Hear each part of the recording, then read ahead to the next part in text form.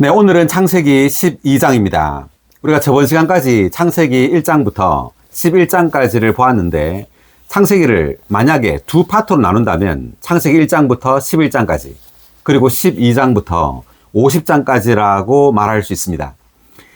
창세기 1장부터 11장까지의 주요 인물을 말하자면 다섯 인물이라고 말할 수 있는데 첫 번째가 아담입니다.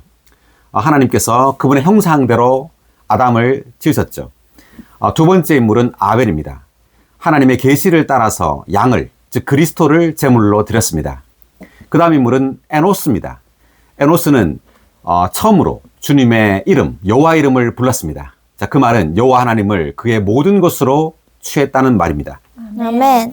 그리고 네 번째 인물이 에녹이죠. 하나님과 300년 동안 동행함으로 휴거되었습니다.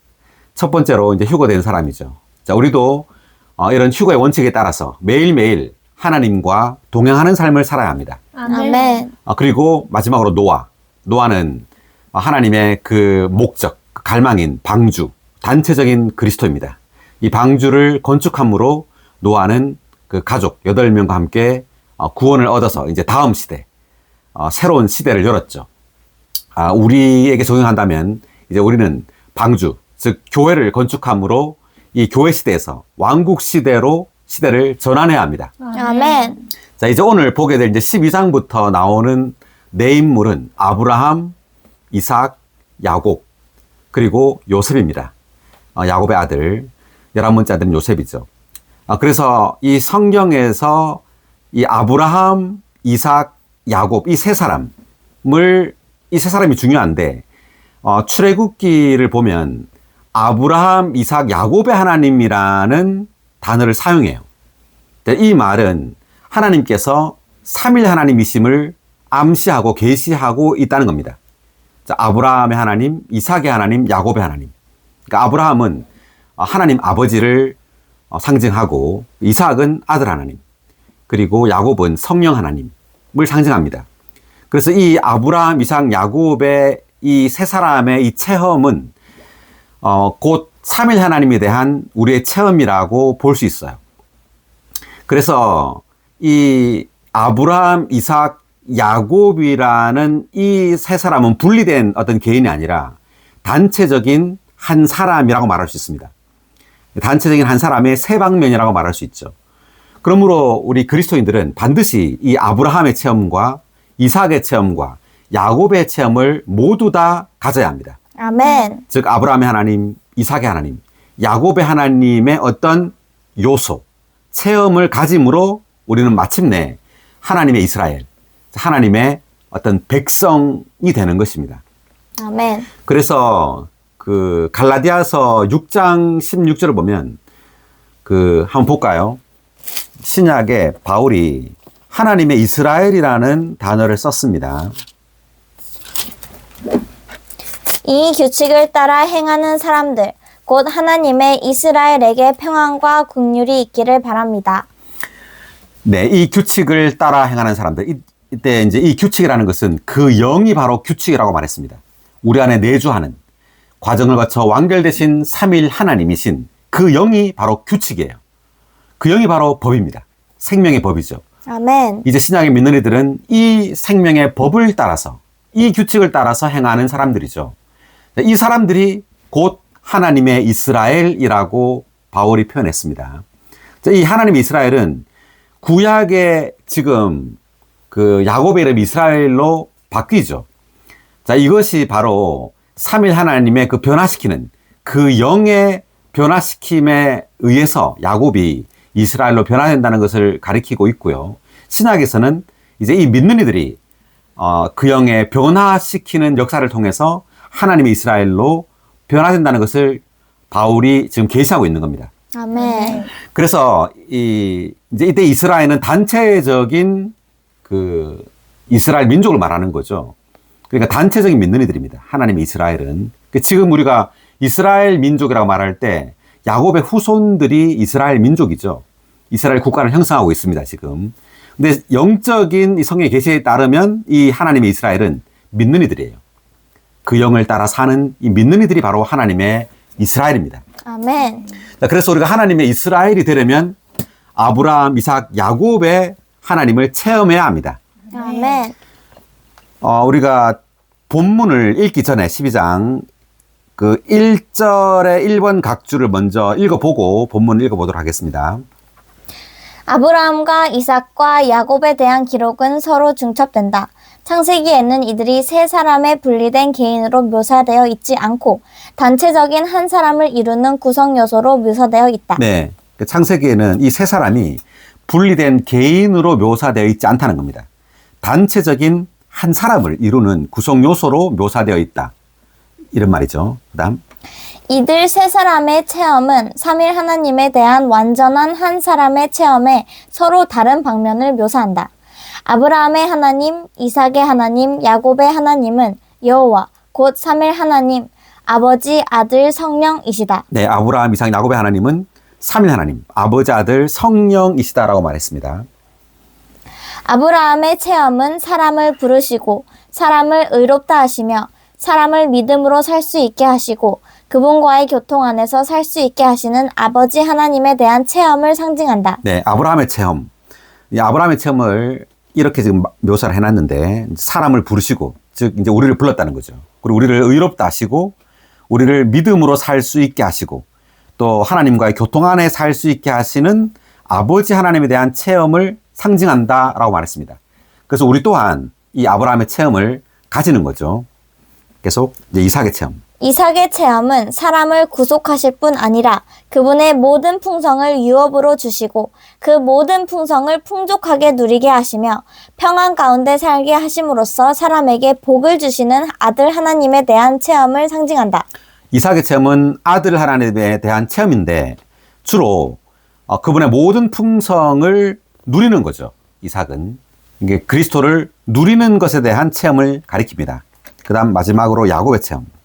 야곱, 요셉을 포함함의 체험은 사람을 사랑하시고 사람을 선택하시는 아버지 하나님에 대한 체험을 상징할 뿐 아니라 그분을 사랑하는 사람들에게 모든 것이 협력하여 선이 이루어지게 하시고 사람을 변화시키시고 사람을 신성한 생명 안에서 성숙하게 하심으로써 사람이 다른 모든 사람을 축복하고 온 땅을 다스리며 생명 공급이신 아들 하나님으로 모든 사람을 만족시키게 하시는 영 하나님에 대한 체험을 상징한다. 야곱의 체험은 영 하나님에 대한 체험을 상징합니다. 즉 영 하나님에 대한 체험은 간단하게 말하자면 변화시키는 겁니다.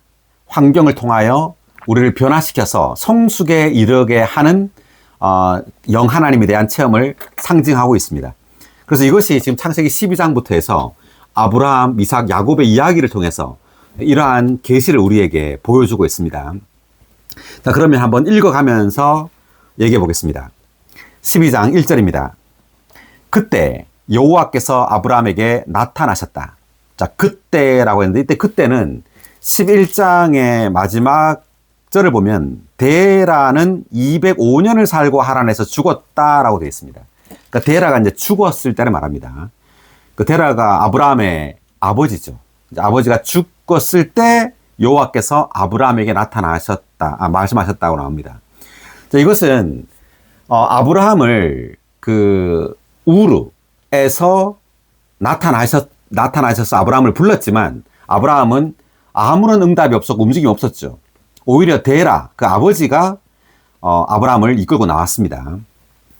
그래서 이제 하란에 머물게 되었는데 이제 데라가 죽어서야 비로소 여호와 하나님은 아브라함에게 나타나셔서 또 말씀하신 거예요. 이제 두 번째 나타난 겁니다. 이것이 사도행전 그 7장을 볼 때 사도행전 7장의 나타남은 아브라함에 나타난 것은 그 갈대 우르에서 나타난 거예요. 메소포타미아. 근데 여기에서 나타난 것은 이제 하란에서 나타난 겁니다. 두 번째. 나타나셨는데 여기 지금 이름이 아브라함이라고 안 돼 있고 아브람이라고 돼 있죠. 그래서 아브라함으로 이름이 이제 바뀌게 됩니다. 나중에. 이거 바뀌기 전이에요. 이름이. 자, 너의 땅과 너의 친척과 너의 아버지의 집을 떠나 내가 너에게 보여줄 땅으로 가거라. 다시 한번 읽어볼까요? 너의 땅과 너의 친척과 너의 아버지의 집을 떠나 내가 너에게 보여줄 땅으로 가거라. 지금 1절부터 3절까지가 여호와께서 아브라함에게 말씀하신 말씀인데 1절에 보니까 너의 땅을 떠나라 그랬죠. 이때 땅은 갈대아 우르입니다. 메소포타미아 지역에 있는 갈대아 우르 그 땅을 떠나라는 거죠. 그 우상이 가득한 그 땅. 제가 저번 시간에 말씀드렸지만 땅은 곧 그 사람의 존재를 의미합니다. 그 사람이 우상이 가득한 땅에 산다는 것은 그 사람이 우상과 하나 된 삶을 살고 있다는 것을 의미해요. 성경에서 이 땅은, 그가 사는 땅은. 그래서 이 땅에서, 이 땅을 떠나서 내가 너에게 보여줄 땅으로 가라. 다른 땅이죠. 이 땅은 어디죠? 예, 가나안 땅입니다. 가나안 땅. 이 가나안 땅은 우리가 이제 나중에 점점 분명하게 알게 되겠지만, 그리스도를 예표하는 땅이에요. 그러니까 우리가 우상이 가득한 땅에서 그리스도가 가득한 땅으로 하나님은 우리를 옮기시는 겁니다. 우리의 체험 가운데서 우리는 점점점 그리스도 안으로, 모든 것을 포함한 그리스도 안으로 계속해서 여행을 하는 거예요. 아멘. 그래서 너의 땅과 너의 친척, 이때 친척이라는 것은 우리의 천연적인 어떤 혈육의 관계, 천연적인 어떤 애정, 이런 것들을 떠나란 말이죠. 네, 우리 아버지, 어머니, 나의 어떤 가족, 자, 이런 그 사람들 또는 친구가 될 수 있고, 친척이라고 말했는데, 이러한 천연적인 애정, 천연적인 사랑에 의해서 하나님의 부르심을 따르지 않을 수 있다는 거죠. 반드시 이걸 떠나야 된단 말입니다. 아멘. 그리고 너의 아버지의 집을 떠나. 아버지의 집도 마찬가지로 천연적인 애정입니다. 자, 아버지를 떠나고 또 어머니, 가족을 다 떠나라는 거죠. 하나님의 부름받은 자는 이 모든 천연적인 관계를 다 떠나야 합니다. 아멘. 그리고 내가 너에게 보여줄 땅으로 가거라라고 말했는데, 그 신약에 한번 예를 한번 보겠습니다. 마태복음 4장 20절. 그들이 즉시 그물을 버리고 예수님을 따라갔다. 네, 20절에서 22절까지 읽어볼까요? 거기서 더 가시다가 다른 두 형제, 곧 세베대의 아들 야고보와 그의 형제 요한이 배에서 그들의 아버지 세베대와 함께 그물을 깁고 있는 것을 보시고 부르시니 그들이 즉시 배와 아버지를 떠나 예수님을 따라갔다. 마태복음 4장 18절에서 베드로 그리고 그 형제 안드레가 예수님을 따라갔는데 그물을 버리고 따라갔다 이렇게 말했고요. 그다음 21절에서는 야고보와 그 형제 요한이 또 예수님을 따랐는데 배와 아버지를 떠나 예수님을 따라갔다 이렇게 말하죠. 그러니까 배와 아버지, 이때 배라는 것은 생계를 말합니다. 생계 유지를 위해서 이제 배를 타고 고기를 잡았죠. 생계도 누구에게 맡기라는 거죠? 주님께 맡기라는 겁니다. 주님의 부르심에 응답하기 위해서는. 아멘. 생계를 걱정하지 말고 우리 생계 또한 주님께 맡기고 주님을 따라야 한단 말이고, 또 아버지를 떠나란 말은 우리의 천연적인 관계, 천연적인 사랑까지도 떠나야 된단 말이죠. 여기에 붙잡혀서는 안 된다라는 겁니다. 아멘. 배와 아버지를 떠나 예수님을 따라갔다. 아멘. 할렐루야. 아멘. 다시 돌아와서. 자, 그래서 1절에 보니까 이렇게 이제 이 땅과 친척과 아버지의 집을 이제 떠나서 내가 너에게 보여줄 땅으로 가거라 이렇게 말했는데, 이 땅은 가나안 땅입니다. 가나안 땅인데 이 땅이 무엇을 의미하는가, 영적으로. 자, 이것을 알기가 힘들어요. 이 창세기의 이 부분을 읽어가지고는 이 땅이 도대체 왜 땅으로 가라고 했을까? 왜 가나안 땅으로 가라고 했을까? 이 땅이 뭐길래? 그런데 우리가 계속해서 읽어볼 때, 특히 출애굽기를 보면 이 땅을 어떻게 묘사하느냐 하면 젖과 꿀이 흐르는 땅이라고 묘사합니다. 찾아보겠습니다. 출애굽기 3장입니다.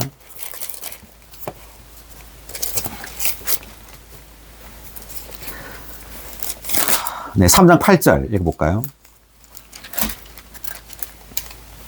그래서 내가 그들을 이집트 사람들의 손에서 건져내어 그들을 그 땅에서 좋고 넓은 땅인 젖과 꿀이 흐르는 땅, 곧 가나안 족속과 헷 족속과 아모리 족속과 브리스 족속과 히위 족속과 여부스 족속이 살고 있는 곳으로 데리고 올라가려고 내려왔다.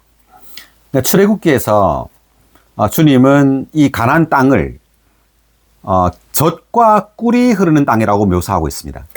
그래서 이제 출애굽기에서 우리 분명히 이 땅의 중요성, 자, 이 땅이 왜 좋은지를 우리가 알게 돼요. 자, 그 말은 출애굽기를 보면 그 이스라엘 백성들이 그 이집트 살았죠. 이집트에서 이제 모세 인도를 따라서 광야로 왔습니다. 광야 40년 동안 생활하고 마지막에는 여호수아기에서 가나안 땅으로 들어가죠. 그러니까 하나님의 그 목표로 하나님께서 목표라는 그 땅은 바로 가나안 땅이에요. 이 가나안 땅이 바로 의미하는 것은 만유를 포함한 그리스도입니다. 모든 것을 포함한 그리스도를 예표하는 땅이에요. 그러니까 출애굽기에 우리가 그 유월절, 출애굽기 12장에 보면 유월절을 통과하죠. 그 어린 양의 피를 발라서 유월절을 거쳐서 이제 광야로 들어갑니다. 이제 광야에서 만나가 내리죠. 40년 동안 만나를 먹고 삽니다. 이 만나 또한 생명의 떡이신 그리스도를 상징해요. 그런데 40년이 지나고 이제 가나안 땅으로 들어가는 순간 만나가 그쳐요. 그치고 이제 가나안 땅의 소산물을 이제 경작해서 이제 먹고 삽니다. 만나가 끊어졌다는 말은 가나안 땅 전체가 만나라는 의미예요. 아멘. 그 말은 우리의 체험에 있어서 그리스도는 아주 풍성해졌단 말이에요. 아멘. 우리가 그리스도를 매일매일 누리고 찬송하고 기도하고 이렇게 점점 생명이 자라면 자랄수록 우리가 누리는 그리스도의 그 양은 계속 증가하게 됩니다. 아멘. 그래서 그리스도를 측량할 수 없는 그 풍성으로 우리는 그리스도를 누리게 돼요. 만나는 다만 이스라엘 민족이 아침에 그 만나를 거두어서 먹었죠. 그렇지만 이제 가나안 땅은 보리와 밀과 뭐 석류와 그리고 또 동과 철과 이러한 온갖 풍성이 있는 땅이에요. 그 모든 풍성이 바로 그리스도를 상징합니다. 아멘. 그래서 우리의 체험 가운데 그리스도는 다만 만나 있을 뿐만 아니라 이제 우리의 모든 것이에요. 아멘. 네, 우리의 생명이시고 생명 공급이시고 우리의 모든 것으로 이제 묘사되고 있습니다. 출애굽기 특히 신명기를 보면 젖과 꿀이 흐르는 땅이라는 말이 가장 많이 언급되고 있어요. 신명기에 그 땅을 잘 묘사해주고 있고요. 그리고 이제 신약에서 이 땅이 그리스도라는 것을 바울이 설명해주고 있습니다. 보겠습니다. 골로새서 1장 12절입니다.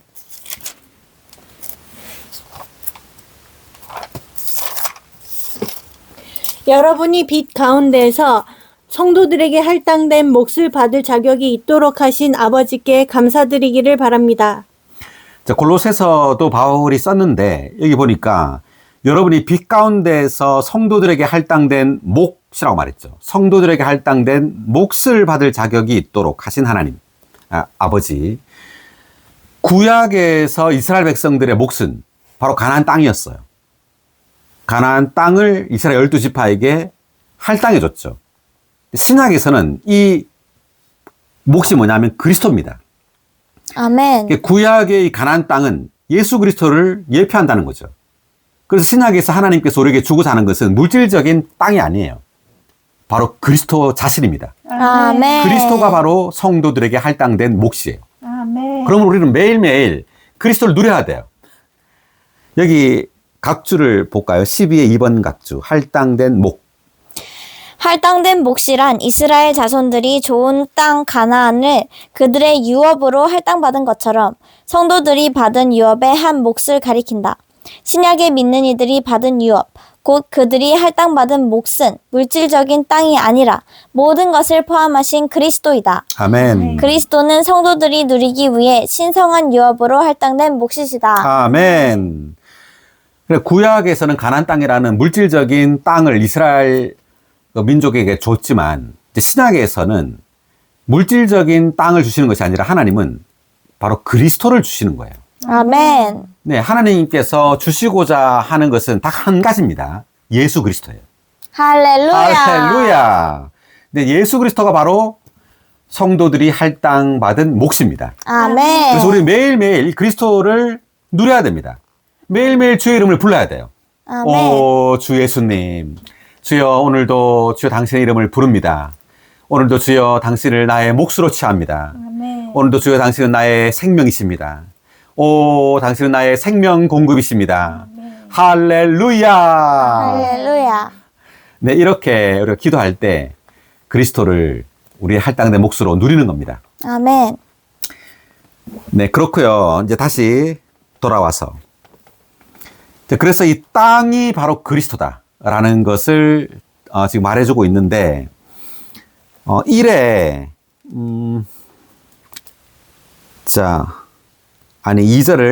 2절로 넘어가도록 하겠습니다. 자, 내가 너를 큰 민족이 되게 하고 너에게 복을 주며 너의 이름을 위대하게 만들어 주리니 너는 복이 되리라.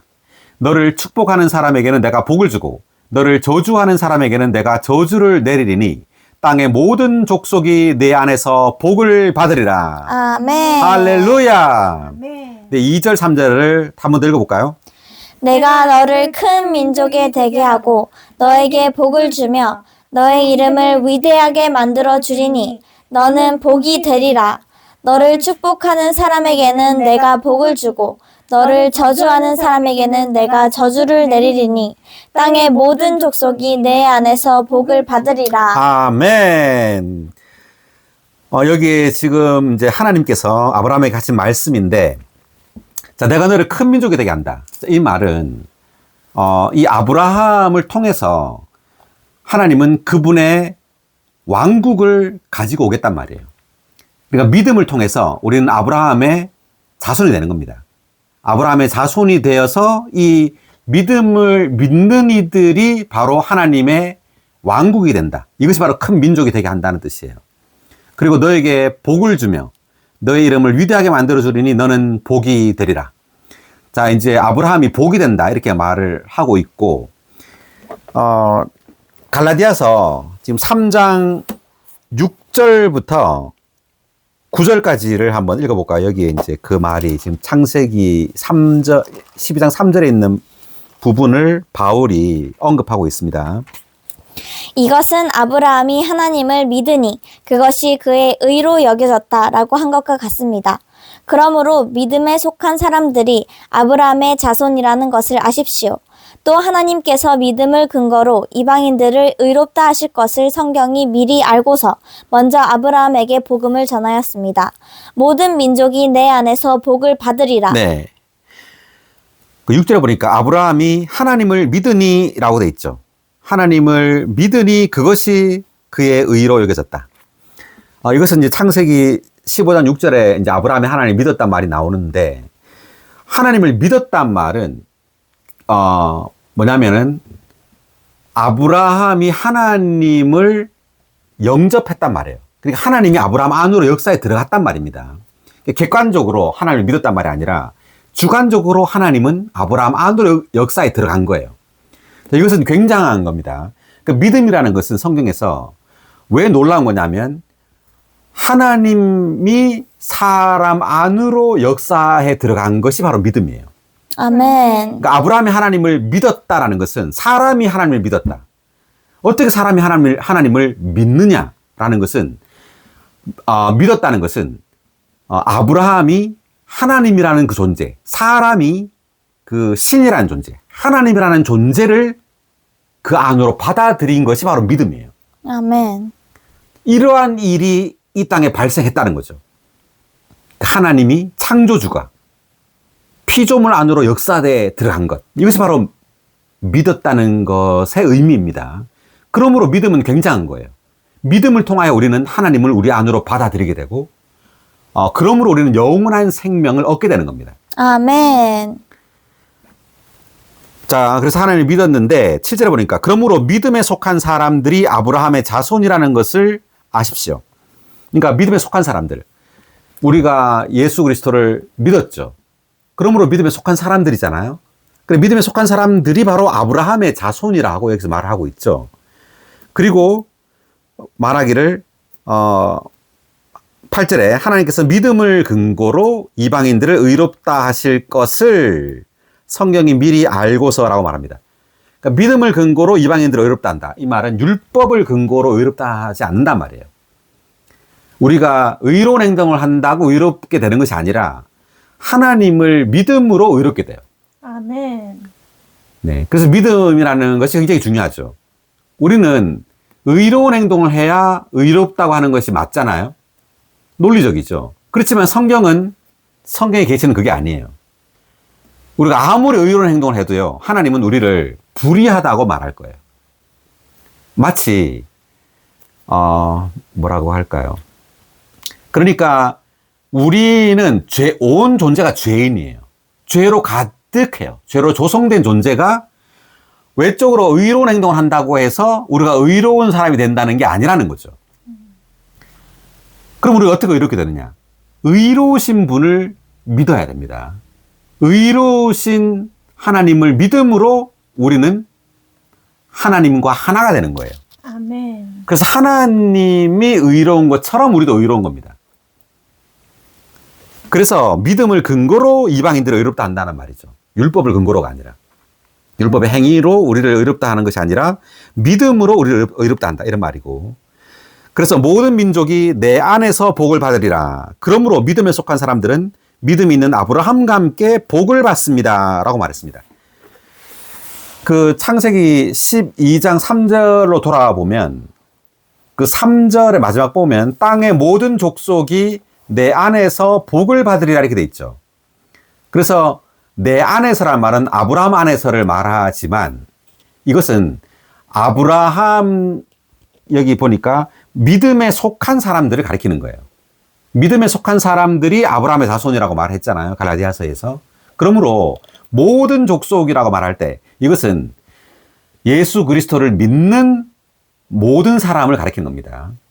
그 사람이 바로 복을 받는다. 이때 복은 뭘까요? 자, 이 복이 바로 그 영입니다. The Spirit이에요. 아멘.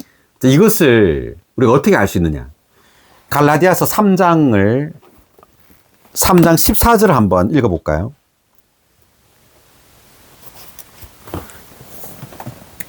그것은 아브라함의 복이 그리스도 예수님 안에서 이방인들에게 이를 수 있도록, 즉 약속하신 그 영을 우리가 믿음을 통해 받을 수 있도록 하려는 것입니다.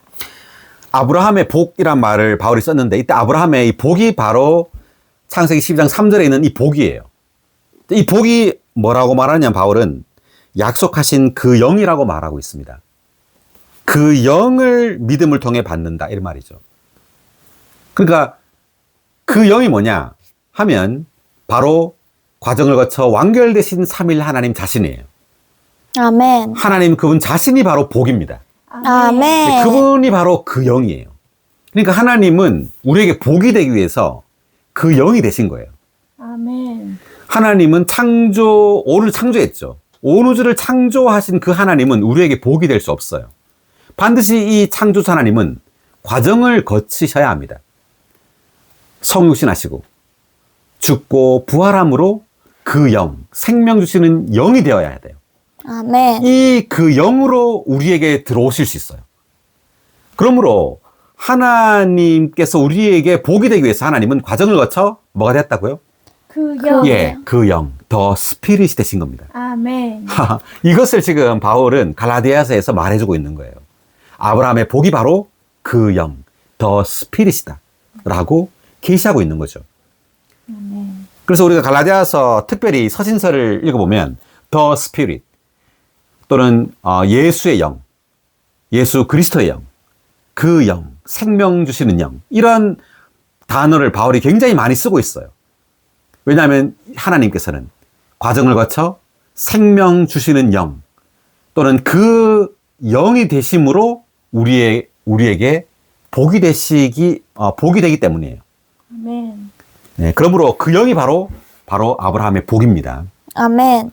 할렐루야. 아멘. 자, 그래서 여기 한번 그 갈라디아서 3장 14절에 있는 각주를 한번 읽어보겠습니다. 14의 2번 각주 읽어볼까요? 이 절에서 그 영은 하나님께서 모든 민족을 위하여 아브라함에게 약속하신 복이며 또한 그 영은 믿는 이들이 그리스도를 믿음으로써 받은 복이라는 것을 가리킨다. 3장 각주 5에서 언급한 것처럼 그 영은 복합되신 영이시고 사실상 삼위성 안에서 육체되심, 십자가에 못 박히심, 부활, 승천, 강림의 과정을 거치신 하나님 자신이시다. 네, 그 영은 하나님 자신이죠. 그런데 다만 창조주 하나님 자신이 아니라 과정을 거친 하나님이에요. 그러니까 하나님께서 육체되심, 십자가에 못 박히심, 부활, 승천, 강림이라는 이러한 과정을 거치지 않았다면 하나님은 그 영으로 우리에게 복이 되실 수 없었어요. 네, 그 하나님께서 반드시 우리에게 복이 되기 위해서는 이러한 과정을 거쳐 더 스피릿이 될 필요가 있었던 거죠. 아멘. 네, 그러므로 바울은 고린도전서 15장 45절에서 마지막 아담은 생명 주시는 영이 되셨습니다. 라고 말하고 있습니다. 생명 주시는 영이 되심으로 이제 하나님은 우리에게 복이 되시고 우리의 생명이 되신 거예요. 아멘. 할렐루야! 할렐루야. 조금 더 읽어보겠습니다. 계속해서. 이러한 과정은 우리가 그분을 생명과 모든 것으로 받아들일 수 있도록 하기 위한 것이다. 이것이 하나님의 복음의 초점이다. 하나님께서 아브라함에게 약속하신 복의 물질적인 방면은 좋은 땅이었으며 그 땅은 모든 것을 포함하신 그리스도의 예표였다. 네. 그러니까 아브라함에 약속하신 복은 구약에서는 좋은 땅이었죠. 근데 신약에서는 바로 그리스도라는 거죠. 그 영이 되신, 부활하여 그 영이 되신 그리스도가 바로 좋은 땅이에요. 이것을 지금 바울이 그 갈라디아서에서 지금 말하고 있는 겁니다. 이걸 해석하고 있는 거예요. 구약을 바울은 영적으로. 그래서 물질적인 이 땅이 하나님께서 우리에게 주시고자 하는 복이 아니라 이 땅은 다만 예표요 그림자였다는 거죠. 그 실제는 바로 그 영이에요. 아멘. 더 스피릿입니다. 아멘. 할렐루야. 아멘. 계속. 그리스도는 결국 모든 것을 포함하신 생명 주시는 영으로 실제화 되셨으므로 하나님께서 약속하신 그 영의 복은 아브라함에게 약속하신 땅의 복과 일치한다. 우리의 체험 안에서 그리스도의 실제화이신 그 영은 사실상 우리의 누림을 위한 하나님의 풍성한 공급의 근원인 좋은 땅이시다. 아멘. 할렐루야. 네, 그래서 구약의 이 가나안 땅, 이 좋은 땅, 젖과 꿀이 흐르는 땅은 신약에서 과정을 거쳐 완결되신 삼일 하나님, 그 영입니다. 아멘. 놀랍고요. 정말 자, 그다음 4절 계속 읽어보겠습니다. 아브라함은 여호와께서 자기에게 말씀하신 대로 길을 떠났고 롯도 그와 함께 떠났다. 아브라함이 하란을 떠날 때 나이는 몇 세죠? 75세. 네, 75세 때 하란을 떠났네요. 그러니까 원래 고향이 이제 갈대 우르죠. 우르에서 하란에 머물렀다가 하란에서 그 아버지 데라가 죽고 나서 이제 하란을 떠나서 이제 가나안으로 가려고 했던 그 나이가 75세예요. 그런데 아브라함만 떠난 게 아니라 누구도 데려갔죠? 롯도 데려갔습니다. 롯은 왜 데려갔을까요? 롯은 조카죠. 우리가 그때 그림을 그렸는데 여기 자, 데라의 아들 셋, 아브라함, 나홀, 하란이 있었는데 하란의 아들이 바로 롯이죠. 하란의 아들이 롯인데, 그러니까 아브라함이 지금 아내 사라하고 롯 조카를 데려간 거예요. 그죠? 그런데 이것은 하나님의 의도가 아니에요. 하나님은 다만 아브라함만 불렀다는 겁니다. 왜냐하면 여기 아버지의 집을 떠나라 그랬죠. 그러므로 아버지와 관련된 그 가족들과 함께 가란 말이 아니에요. 아브라함만 불렀단 말입니다. 여기 그 각주가 있어요. 1의 3번 각주, 아버지의 집을 떠나에 대한 각주 한번 읽어볼까요? 하나님께서 아브라함에게 두 번째 말씀하셨을 때 그분은 아브라함을 부르셔서 그의 고향과 친척뿐만 아니라 그의 아버지의 집도 떠나게 하셨다. 이것은 하나님께서 오직 아브라함과 그의 아내 사레만 부르셨다는 뜻이다. 네, 아브라함과 그 아내 사레만 떠나라는 거죠. 그 뜻이라는 말입니다. 계속. 그러나 아브라함은 하란을 떠날 때 조카 롯을 데리고 떠났다. 네, 조카 롯도 함께 데려갔어요. 그다음. 이것은 아브라함이 하나님의 부름을 받아들이는 데 있어서 절대적인 마음이 부족했다는 것을 다시 한번 보여준다. 절대적이지 않았다. 롯을 데려간 것이 왜 절대적이지 않은 걸까요? 자, 이것은 아브라함은 나이가 이미 75세죠. 이때 늙었단 말이에요. 그래서 그 조카 롯은 젊었어요. 그래서 젊은 조카를 데려간 겁니다. 도움을 얻기 위해서. 뭔가 도움이 되도록 데려간 거예요. 그런데 사실 도움이 되기는커녕 어려움만 줬어요. 나중에 보면 알겠지만 롯의 그 양을 치는 사람들과 이렇게 다툼이 있었죠. 아브라함에 다툼이 있어가지고 롯은 아브라함을 떠납니다. 떠나서 어디로 가죠? 결국은 소돔성으로 들어가서 삽니다. 소돔성에 있었는데 전쟁이 벌어지는 바람에 그 다른 나라의 왕이 그 소돔에 있는 롯과 가족들을 다 데려가죠. 그걸 또 아브라함이 그 318인 자기 집에서 기른 그 사람들 데려가서 롯을 또 구출합니다. 구출했는데 또 롯은 또 어디로 가요? 또 소돔으로 또 가요. 그 죄악이 가득한 성으로. 그래서 그 천사 둘이 그 소돔에 있는 그 롯과 그 아내하고 누구죠? 그 딸들을 데리고 나오다가 이제 그 아내는 뒤를 돌아보다가 소금기둥이 됐죠. 그렇게 하여튼 결과적으로 롯은 어려움만 주게 돼요. 그러니까 아브라함은 도움을 얻으려고 데려갔지만 오히려. 자, 어쨌든 이제 이것을 통해서 아브라함은 다만 하나님을 의지했어야 하는데 롯도 의지했다는 뜻이에요. 그러니까 우리도 마찬가지인데 우리는 다만 누구를 의지해야 되죠? 하나님. 네, 하나님을 의지해야 됩니다.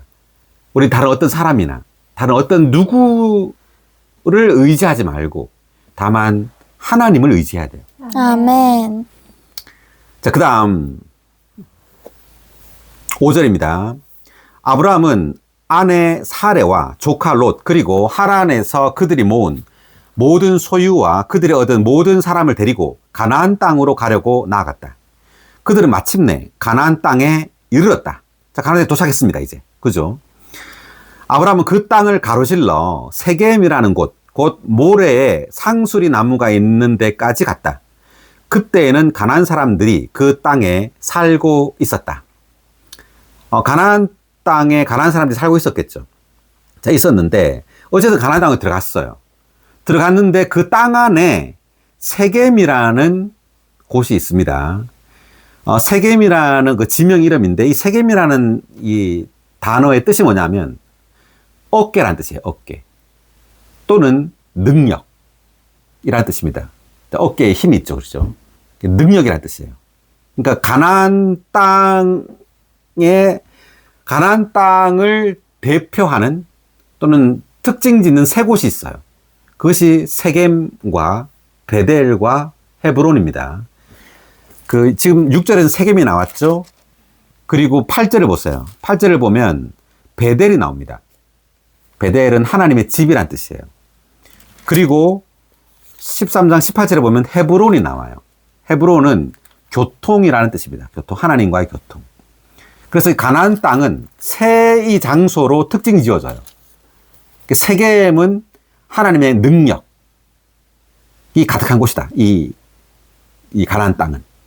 그러니까 이 가나안 땅은 그리스도를 상징한다 그랬죠. 그리스도는 하나님의 능력으로 가득하다라는 거죠. 우리가 주님을 부르고 주님을 누릴 때 우리는 하나님의 능력으로 가득하게 돼요. 아멘. 그리고 이 땅은 또 베델입니다. 하나님의 집이에요. 우리가 그리스도를 누리면 누릴수록 우리는 뭐가 되죠? 베델. 네, 하나님의 집, 베델이 되는 거예요. 하나님의 집으로 건축된다는 거죠. 그리고 마지막 헤브론입니다. 이것은 하나님과의 교통이에요.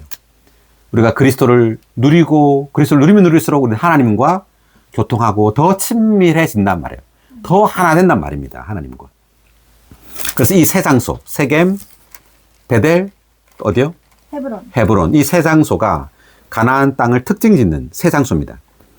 첫 번째가 이제 6절에 나오는 세겜인데, 세겜이라는 곳, 곧, 모래에 상수리 나무가 있는 데까지 갔다 돼 있죠. 이때 모래라는 말의 뜻은 선생 또는 가르침이라는 뜻이에요. 그러니까 지식. 우리가 그리스도를 누리면 누릴수록 하나님의 능력으로 충만하게 되는데 이 능력은 외적으로 어떤 기적을 행하는 능력이 아니에요. 이때 하나님의 능력은 하나님을 아는 능력이에요. 이때 가르침, 선생, 지식이라는 뜻이잖아요. 그러니까 우리가 그리스도를 누리면 누릴수록 하나님을 더 내적으로 알게 된다는 뜻입니다. 아멘. 자, 그 다음,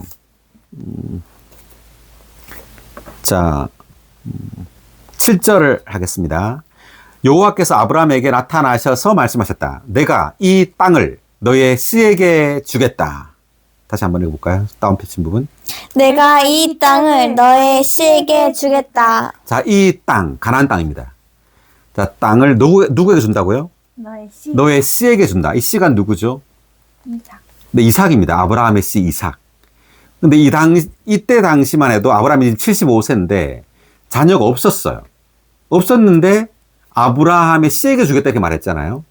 이제 나중에 이 씨에 대해서, 이삭에 대해서 나오는데, 아브라함이 이삭을 얻기 위해서 많은 과정이 있습니다. 있는데, 여기에서는 일단 이 땅, 가나안 땅이 누굴 상징한다 그랬어요? 그리스도죠. 그죠, 상징합니다. 그럼 이 씨는 이삭은 누굴 상징할까요? 그리스도. 이삭도 그리스도예요. 땅도 그리스도고, 우리가 아까 봤지만, 갈라디아서 3장에서 봤잖아요. 이 가나안 땅이 바로 그 영, 그 영을 상징한다 그랬고, 그리고 또 이 씨 또한 그리스도를 상징합니다.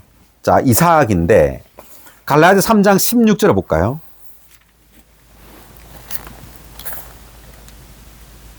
읽어볼까요? 그런데 하나님께서 아브라함과 그의 씨에게 약속을 해주실 때에 많은 사람을 가리키는 그 씨들에게라고 말씀하시지 않고 오직 한 사람을 가리키는 너의 씨에게라고 말씀하셨습니다. 그 한 분은 곧 그리스도이십니다. 그러니까 하나님께서 약속을 해 주실 때 많은 사람을 가리키는 그 씨들, 복수의 씨들이라고 하지 않고 누구라고 했다고요? 너의 씨. 너의 씨, 단수, 한 사람을 가리킨다는 거죠. 근데 이 한 사람이 누구란 말이에요? 그리스도. 바울은 그리스도라고 해석했습니다, 지금. 그죠? 바울은 이걸 그리스도라고 말했어요. 이삭을.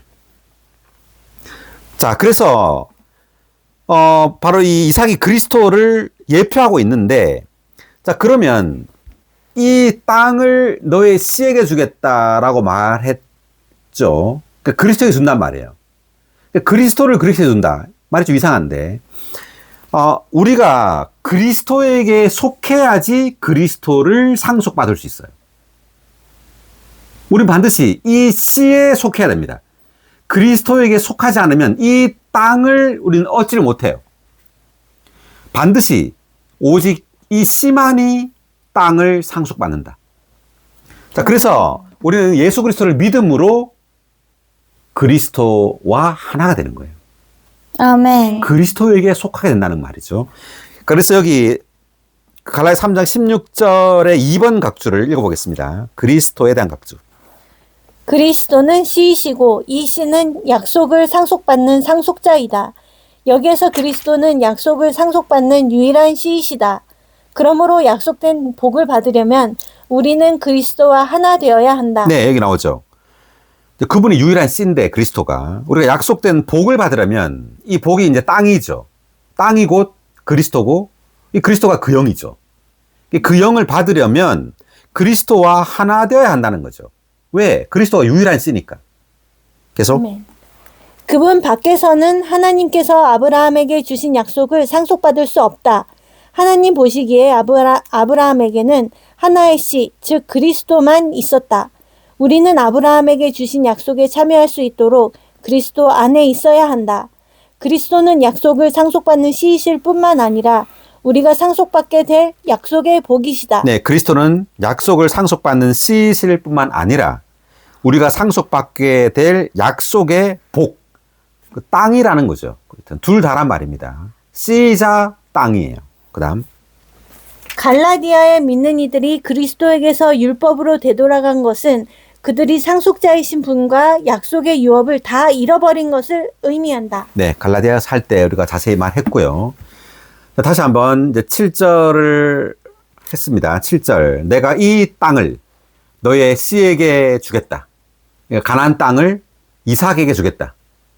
자, 그러므로 우리는 이 땅, 그리스도, 그 영을 상속받기 위해서 우리는 이 씨, 그리스도와 하나 되어야 합니다. 아멘. 자, 계속 읽어보면 7절에 이제 뒤 후반부 있네요. 아브라함은 자기에게 나타나신 여호와를 위하여 그곳에 제단을 쌓았다. 자, 제단을 쌓았다라고 말했고, 지금 7의 2번 각주를 읽고 넘어가겠습니다. 제가 설명했는데, 땅과 씨에 대해서. 땅과 씨는 둘 다 그리스도의 예표이다. 그리스도는 하나님의 영원한 경륜의 중심과 전부이시다. 육체가 되신 하나님이신 그리스도는 삼중의 씨, 곧 여자의 씨, 아브라함의 씨, 다윗의 씨이시다. 예, 여기까지 보면, 우리가 삼중씨에 대해서 좀 나중에 보겠습니다. 어쨌든 지금은 이제 아브라함의 씨가 나왔기 때문에 이렇게 말했는데, 창세기 3장 15절에 여자의 씨가 있죠.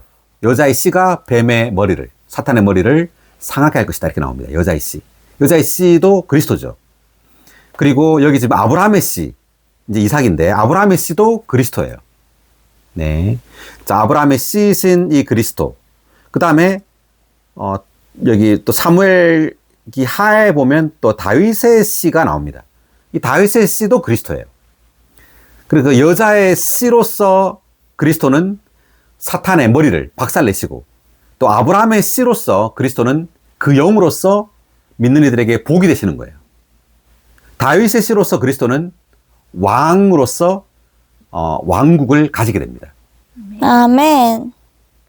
자, 그런 것을 쭉 설명해 놨고요. 지금 각주에서는.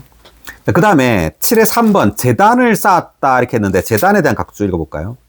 이 제단은 아브라함이 쌓은 첫 번째 제단이다. 제단은 우리의 온 존재와 우리가 가진 모든 것을 하나님의 목적을 위해 하나님께 드림으로써 그분께 경배하기 위한 것이다. 하나님께서 다시 나타나심으로써 아브라함은 격려를 받아 제단을 쌓았는데 이것은 사람들이 바벨탑을 쌓은 것의 반대 증거가 된다고 볼 수 있다. 제단이라는 것이 이제 십자가라고 할 수 있어요. 십자가. 그 모든 것을 죽음에 놓는 거예요. 우리의 어떠함을 죽음에 놓는다. 그 말은 뭐냐면 우리는 우리의 어떠함을 신뢰하면 된다 안 된다? 안 된다. 예, 죽기에만 합당하다는 거예요. 아멘. 우리의 좋은 성격조차도 우리의 악한 것뿐만 아니라 우리의 좋은 성격, 우리의 좋은 어떤 미덕, 고상함, 열심, 뭐 이런 모든 것들이 좋잖아요. 그렇지만 그 모든 것들을 제단에 올려놔야 돼요. 아멘. 네, 그 모든 것들을 다 십자가에 못 박아야 합니다. 우린 그것을 신뢰하면 안 된단 말이에요. 그 말은. 십자가에 놓는단 말은. 그걸 신뢰하지 말고 오직 누구만을 신뢰해야 된다? 그리스도. 네, 오직 예수 그리스도만을, 오직 하나님만을 신뢰해야 돼요. 아멘. 이것이 바로 이제 나중에 8절에 보면 여호와의 이름을 불렀다 이렇게 나오죠. 여호와의 이름을 불렀다는 것은 오직 여호와 하나님만을 신뢰했다는 말이에요. 아멘. 자, 그래서 제단은 우리의 온 존재, 우리가 가진 모든 것을 하나님의 목적을 위해 하나님께 드림으로써 그분께 경배하기 위한 것이다. 그러니까 하나님께 드린다는 것은 우리가 가진 게 귀하기 때문이 아니라 다 쓸모없다는 거예요. 아멘. 우리가 가진 모든 것이 다 못 박혀야 한다. 다 죽음 아래 놓여져야 한단 말이에요. 그럴 때 하나님은 우리에게 역사에 들어오실 수 있어요. 아멘. 그 다음 8절 그는 그곳을 떠나 베델 동쪽에 있는 산으로 옮겨가서 서쪽으로는 베델이 보이고 동쪽으로는 아이가 보이는 곳에 천막을 쳤다. 그는 그곳에서 여호와를 위하여 제단을 쌓고 여호와의 이름을 불렀다. 아멘. 지금 첫 번째 7절에 제단을 쌓은 곳이 세겜이죠. 모래 상수리 나무가 있는 곳 제단을 쌓았고, 그 다음 두 번째는 베델과 아이 그 사이에 지금 제단을 쌓았습니다. 그러니까 베델과 아이라는 이 두 장소가 나오는데, 베델은 하나님의 집이라는 뜻이에요. 베델. 그리고 아이는 뜻이 뭘까요? 아이는 여기 보니까 폐허더미를 뜻합니다. 자, 8의 1번 각주 읽어볼까요? 베델은 하나님의 집을 뜻하고 아이는 폐허더미를 뜻한다. 베델과 아이는 큰 대조를 이루는데 이것은 하나님께 부름받은 사람의 눈에는 오직 하나님의 집만이 가치가 있고 다른 모든 것은 폐허더미일 뿐이라는 것을 상징한다. 하나님의 집만이 가치가 있고 그 다른 모든 것은 아이라는 거죠. 폐허더미라는 겁니다. 아멘. 자, 이것이 우리에게 갈수록 이 이상이, 이 계시가 계속해서 분명해져야 돼요. 오직 교회, 하나님의 집이죠. 오직 교회만이 하나님께 귀하다. 그 이외의 것은 다 폐허더미예요. 아멘. 다 쓰레기라는 거죠. 아멘. 그것이 하나의 이상입니다. 그 이상이 우리에게 갈수록 밝아진다는 거죠. 그래서 그 사이에 천막을 친 거예요. 그래서 천막이라는 것도 의미가 있는 것이, 그러니까 천막은, 아브라함은 집을 지은 게 아니에요. 다시 말하면. 천막을 쳤어요. 우리가 캠핑 갈 때 천막 치잖아요. 이 말은 이것이 어떤 이동식 집이죠. 다시 말하면 이 땅이 우리의 참된 거처가 아니란 말이에요. 아멘. 우리가 사는 이 땅은 다만, 나그네. 우리는 나그네로서 이 땅을 살고 있다. 우리의 영원한 거처는 바로 세루살렘이죠. 아멘. 그것을 지금 의미하는 겁니다. 우리는 이 땅에 뿌리를 받고 살려고 해서는 안 된다. 다만 우리는 나그네로서 천막을 치고 살아야 한다는 뜻이에요. 아멘. 그래서 우리의 최종적인 집은 바로 새 예루살렘입니다. 아멘. 할렐루야. 아멘. 자, 그것이 각주에 나오고 있는데 8의 2번 각주 천막. 아브라함은 먼저 하나님께 경배하기 위하여 제단을 쌓았고 그 다음에 자신이 생활하기 위하여 천막을 쳤다. 아브라함, 이삭, 야곱은 모두 다 천막에 살았다. 예, 다 천막에 살았다. 아브라함, 이삭, 야곱이 다. 그다음. 그들이 천막에 거주한 것은 자신들이 더 좋은 고향을 찾고 있다는 것과 또 자신들이 하나님께서 설계하시고 건축하신 기초가 있는 성을 간절히 기다리고 있는 이 땅의 나그네와 체류자라는 것을 선포한 것이다. 네, 이 땅의 나그네와 체류자라는 거죠.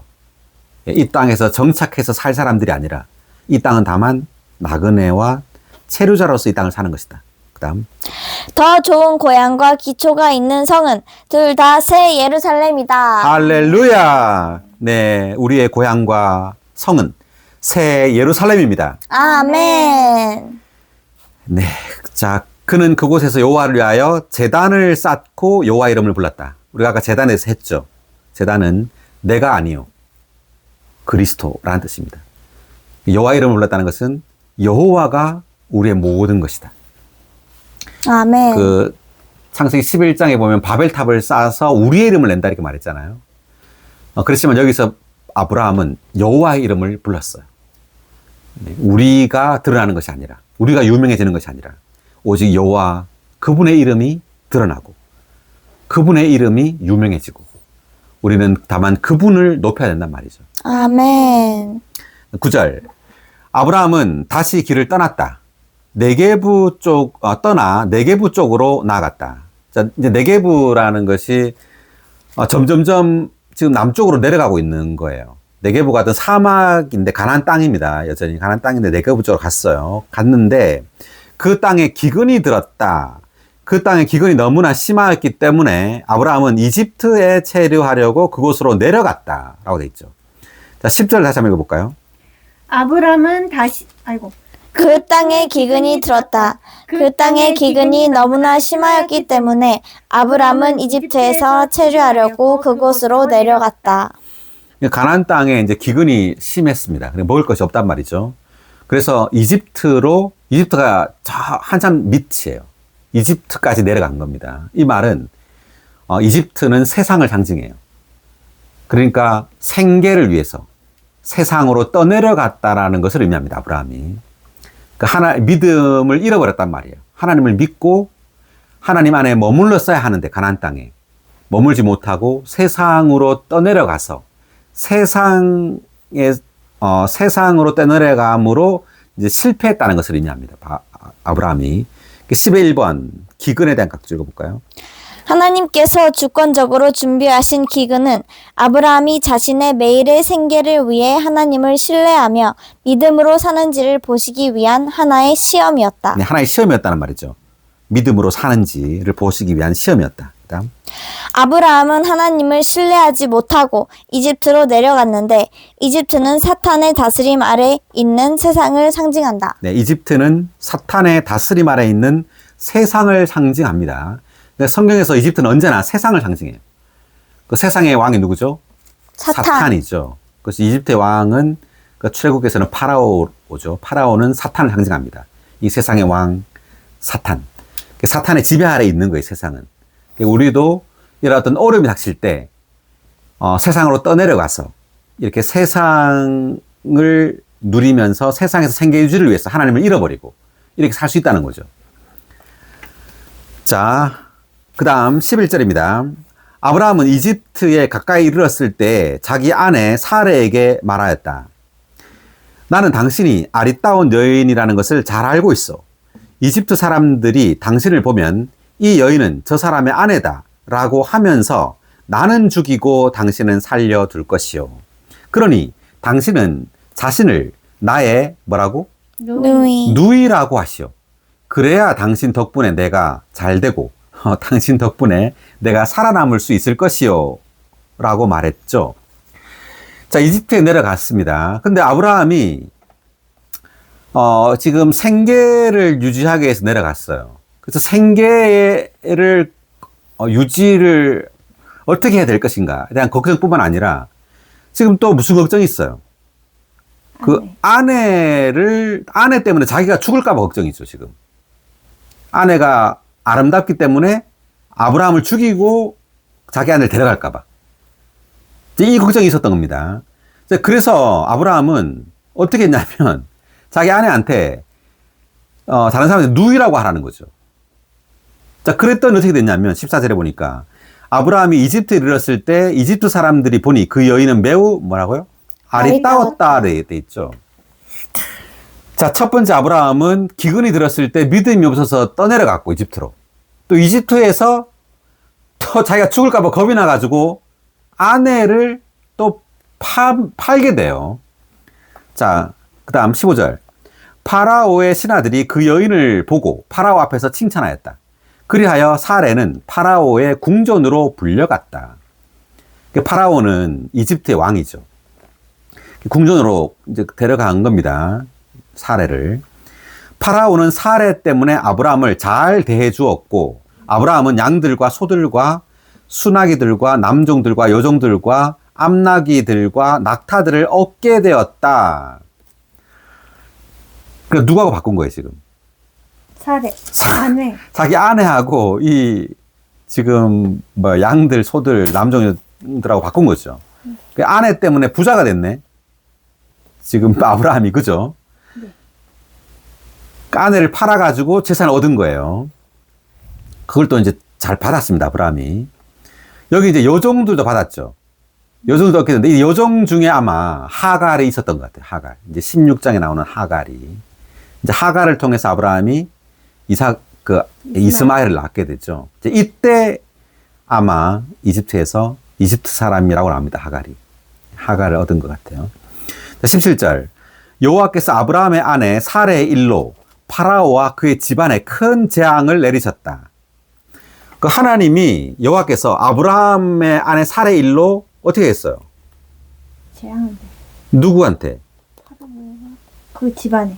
파라오와 그의 집안. 네. 아브라함에게 벌을 안 주고 왜 파라오와 그 집안에 재앙을 줬을까요? 사실상 파라오한테 잘못이 없죠. 왜냐하면 누이라고 했으니까. 그 파라오는 누이인 줄 알고 데려온 거예요. 그 잘못은 누구한테 있어요, 지금? 아브라함에게 있는 겁니다. 그런데 하나님은 파라오와 그 집안에 재앙을 내립니다. 자, 그랬더니 18절에 보니까 그러자 파라오가 아브라함을 불러 말하였다. 그대가 어찌하여 나에게 이렇게 하였소? 왜 이 여인이 그대 아내라는 말을 하지 않았소? 파라오는 어떻게 알았을까요? 사라가 그의 아브라함의 아내라는 것을. 사라가 말했겠죠. 그죠? 그런데 이걸 지금 이게 어떻게 추측을 할 수 있냐면 재앙을 내렸어요. 내렸는데 그 파라오와 그 집안에 내렸죠. 그런데 아마도 그 모든 재앙이 파라오와 그 집안 식구들에게는 어떤 재앙이 임했는데, 뭐 종기가 나든지, 뭐 아팠다든지. 그런데 사례에게만 아마 재앙이 없었을 거예요. 그래서 물어봤겠죠. 그래서 이제 파라오가 알았을 겁니다. 이 재앙이 사례 때문에 왔을 수 있다라고 생각했을 거예요, 아마. 그래서 사례한테 물었겠죠. 너 누구냐? 이게 왜 이렇게 됐냐? 그러니까 사례가 솔직하게 말했을 겁니다. 저는 사실 아브라함의 아내입니다. 이렇게 말을 했기 때문에 파라오가 사례가 아브라함의 아내라는 것을 알았을 것이다. 이렇게 추측하는 겁니다. 뭐 맞는지 안 맞는지 모르죠. 자, 어쨌든 간에 그렇게 이제 말을 했고, 19절에 왜 이 여인을 그대의 누이라고 말해서 나의 아내로 데려오게 하였소. 자, 그대 아내가 여기 있으니 데리고 떠나시오. 그래서 파라오가 그 사례를 아브라함에게 돌려줍니다. 자, 파라오는 자기 신하들에게 명령을 내려서 아브라함을 그의 아내와 그의 모든 소유와 함께 떠나보내게 하였다. 그러니까 파라오는 아브라함에게 준 양들, 소들 이런 걸 다 뺏어요, 안 뺏어요? 안 뺏어요. 안 뺏습니다. 그대로 줘요. 그리고 아내도 돌려줍니다. 그러면 우리가 여기에서 어떤 계시를 볼 수 있느냐 하면, 그러니까 하나님은 그분이 선택한 사람을 어떻게 한다? 돕는다는 거죠. 그러니까 그분이 선택한 믿는 이가 어떤 실패나 실수나 그 약함으로 인해서, 아브라함 약함으로 인해서 어떤 실패나 실수를 하더라도 하나님은 보호한다는 거예요. 지킨다는 겁니다. 오히려 아브라함에게 벌을 주지 않고 오히려 파라오에게 벌을 주고 있죠. 그래서 믿는 이, 그러니까 하나님을 믿는 이와 관련해서 어디죠? 12장 3절을 한번 보세요. 12장 3절, 12장 3절 한번 읽어볼래요? 돌아와서. 너를 축복하는 사람에게는 내가 복을 주고 너를 저주하는 사람에게는 내가 저주를 내리리니. 네, 여기까지. 그러니까 아브라함을 축복하는 사람에게는 내가 복을 주고 이렇게 말했죠. 그러니까 아브라함의 행동이 어떻든 간에 아브라함에게 잘 대해주는 사람은 하나님이 복을 주는 거예요. 그런데 아브라함을 저주하는 사람, 뭐 말로 막 저주한다 이런 의미도 있겠지만 어쨌든 아브라함과 관련해서 어떤 피해를 주거나 아브라함과 관련해서 어떤 불이익을 주는 사람에게는 하나님께서 저주를 내린다는 거예요. 그래서 여기서 이제 마찬가지지만 아브라함의 약함으로 인해서 자기 아내 사례를 누이라고 했잖아요. 이것이 아브라함의 약함으로 인한 실패죠. 아브라함이 잘못한 겁니다. 그렇지만 누구에게 저주를 줘요? 파라오. 파라오에게 저주를 주는 거예요. 그래서 우리가 하나님을 믿는다는 것, 우리가 믿는이라는 것은 굉장히 놀라워요. 우리가 어떤 잘못이나 실패를 하더라도 하나님은 간단하게 말하면 누구 편이다? 우리 편. 네, 우리 편이에요. 우리에게 뭔가 복을 주고 우리를 도와요. 오히려 상대방에게 어떤 저주를 주고. 여기 각주를 읽어볼게요. 20의 1번 각주. 아브라함은 이집트에 있는 동안 하나님의 지키시는 은혜를 체험하였다. 비록 아브라함이 하나님을 신뢰하지 못하고 실패했지만 하나님은 아브라함에게 복을 주셔서 그를 부유하게 만드셨으며 그의 아내 사례를 지켜주셨다. 네. 그러니까 오히려 아브라함이 실패하고 그 시험을 견디지 못해 이집트로 갔잖아요. 이집트로 가고 또 자기 아내를 누이라고 해서 자기 아내를 팔았는데도 이걸 통해서 하나님은 아브라함에게 많은 물질적인 뭐를 줘요? 물질을 주시죠. 그죠? 그리고 돌보시고 지켰어요. 또 아내도 지켜요. 또 하나님이. 그 다음. 아브라함은 이집트에서 겪은 이러한 체험을 통하여 자기를 부르신 하나님께서 또한 자기를 돌보신다는 것과 모든 일이 하나님의 주권적인 손안에 있다는 것을 배우게 되었다. 그러니까 모든 것이 하나님의 주권적인 손안에 있단 말은 하나님은 그 하나님의 주권은 그분의 목적을 향하여 역사해요. 하나님은 우리가 어떤 잘못이나 어떤 약함이 있다 할지라도 하나님이 관심하는 것은 그걸 통해서라도, 우리의 실패를 통해서라도 하나님은 그분의 목적을 정확하게 수행해 하세요. 아멘. 예. 우리가 어떤 실수나 실패를 하죠. 그것이 잘했다는 말은 아닙니다. 아브라함이 잘했다는 말이 아니에요. 그런 실패나 실수나 이런 약함이 있다 할지라도 하나님은 이걸 통해서 그분의 목적을, 그분의 주권적인 손안에서 이룬다는 말이에요. 아멘. 할렐루야. 할렐루야.